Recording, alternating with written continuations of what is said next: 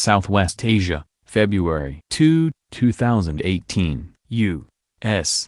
and coalition military forces continued to attack the Islamic State of Iraq and Syria between January 25 and February 1, conducting 41 strikes consisting of 78 engagements. Combined Joint Task Force Operation Inherent Resolve officials reported today. Graphic of Solidar pointing for Operation Inherent Resolve. Officials reported details of the most recent strikes, noting that assessments of results are based on initial reports. Strikes in Syria. On February 1 near Abu Kamal in Syria, coalition military forces conducted 5 strikes consisting of 7 engagements against ISIS targets, destroying 3 ISIS-held buildings, 2 tactical vehicles, a vehicle-borne improvised explosive device, an artillery piece, a weapons cache and damaging 2 ISIS-held buildings.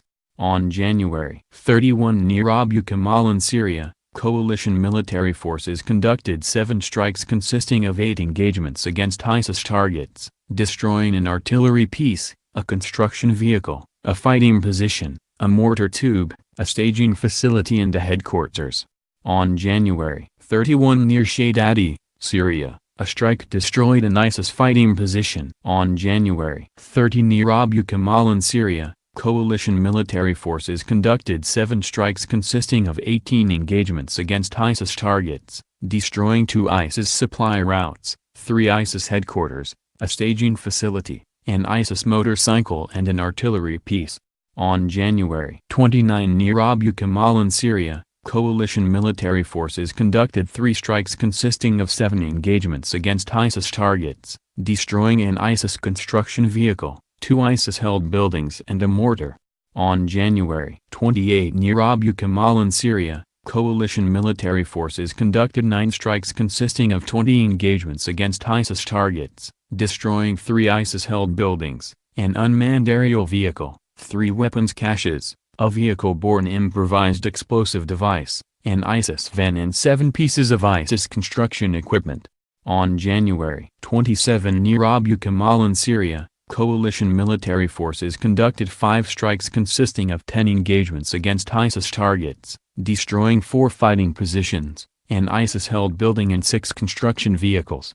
On January 26 near Abu Kamal in Syria, coalition military forces conducted 5 strikes consisting of 8 engagements against ISIS targets, destroying a construction vehicle, a vehicle-borne improvised explosive device, 2 fighting positions and 2 ISIS headquarters.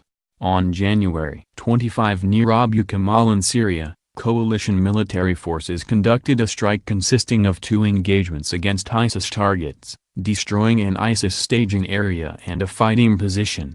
Strikes in Iraq. There were no reported strikes conducted in Iraq on February 1, January 31, January 30, January 29, January 28 and January 26, 2018, part of Operation Inherent Resolve. These strikes were conducted as part of Operation Inherent Resolve, the operation to destroy ISIS in Iraq and Syria. The destruction of ISIS targets in Iraq and Syria also further limits the group's ability to project terror and conduct external operations throughout the region and the rest of the world, task force officials said.